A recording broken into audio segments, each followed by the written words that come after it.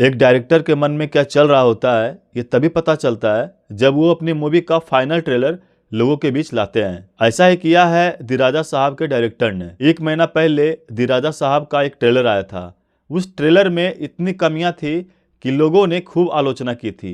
प्रभास के कॉमेडी को लेकर, उनकी हिंदी डबिंग को लेकर और भी कमियां थी। अगर गिनाने पे लग जाएं तो बहुत सारी कमियां निकल कर आ जाएगी। उस ट्रेलर के बाद डायरेक्टर साहब ने सारे ऑडियंस की बातों को गहराई से समझा और परखा और टाइम रहते हुए उनकी डबिंग को ठीक किया गया। डबिंग आर्टिस्ट को चेंज किया गया। हिंदी वाले डबिंग की बात कर रहा हूँ मैं। और जो कॉमेडी के सीन्स थे फर्स्ट वाले ट्रेलर में, उसको करीब करीब मतलब इस ट्रेलर से गायब ही कर दिया है। जितना ज़्यादा कॉमेडी करते हुए नजर आए थे प्रभास ट्रेलर 1 में, उतना ही ज़्यादा सीरियस दिख रहे हैं ट्रेलर 2 में।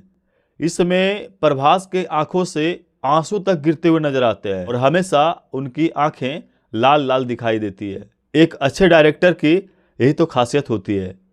और मैं पर्सनल अपना ओपिनियन बताऊं तो ट्रेलर मुझे काफ़ी अच्छा लगा है। पिछली ट्रेलर के भांति ये ट्रेलर काफ़ी मतलब उससे कई गुना अच्छा लगा है। सब कुछ सुपर्ब लग रहा है। तो चलिए बात कर लेते हैं कि क्या कुछ हमें इस ट्रेलर में देखने को मिला है और किस टाइप की ये मूवी होने वाली है। वीडियो में आगे बढ़ने से पहले मेरे चैनल पर नए हैं तो सब्सक्राइब कर दीजिएगा और बेल आइकन भी दबा दीजिएगा। और जो भी मन में बात आए कमेंट बॉक्स में दिल खोल कर बताइएगा। इस मूवी में प्रभास का जो कैरेक्टर है वो राजा साहब का कैरेक्टर है।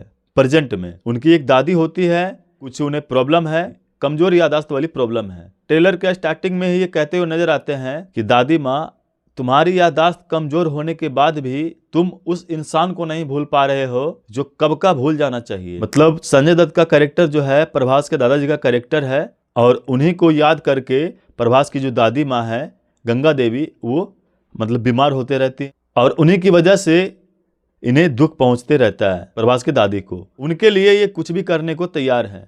प्रभास की आंखों में जो आंसू दिख रहे हैं उससे साफ पता चलता है कि इनकी दादी का वैल्यू इनकी लाइफ में कितना बड़ा है। वो कुछ भी करने को तैयार है अपनी दादी के लिए। अब बात आती है कि प्रभास के इतने सारे कैरेक्टर इस ट्रेलर में क्या कर रहे हैं। तो देखिए, कहानी जो है पुनर्जन्म में भी लेकर जाएगी, प्रेजेंट में भी दिखाएगी और किस तरह से प्रेजेंट में जो दादी को दुख हो रहा है उसे ठीक करने के लिए इसे पुनर्जन्म में जाना पड़ता है। और इसकी मदद करते हैं बोमन ईरानी, जो कि एक साइंटिस्ट है जिनकी हेल्प से प्रभास हो सकता है कि अपनी दादी के पिछले जन्म में वो जाने का प्रयास करते हैं, जहाँ पे उनकी मुलाकात संजय दत्त से होती है और वो उनसे भिड़ जाते हैं। वहाँ जाने के बाद क्या प्रभास वापस आ पाते हैं या फिर वो राजा साहब जो सिगार वाला जो सीन दिखाई देता है वो वहाँ पर कई दिनों तक फंसे हुए रह जाते हैं। क्योंकि ट्रेलर में हमें ये भी सुनने को मिला है कि यहाँ जो भी आता है अपनी मर्जी से आता है, लेकिन जाता है सिर्फ उनकी मर्जी से, मतलब संजय दत्त की मर्जी से।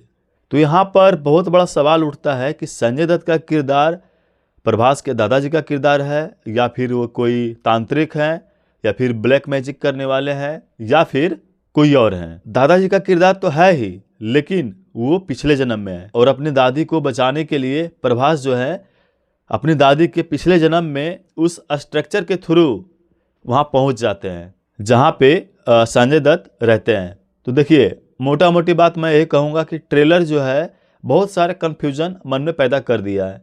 मैं एग्जैक्ट इस मूवी के बारे में कुछ भी चीज़ एक्सप्लेन नहीं कर सकता, मैं क्या कोई भी नहीं कर सकता, क्योंकि ट्रेलर में जिस तरह से दिखाया गया है वो कहीं भी इसका प्रूफ नहीं करती है 100% कि ऐसा होने वाला है जैसा मैंने अभी बताया।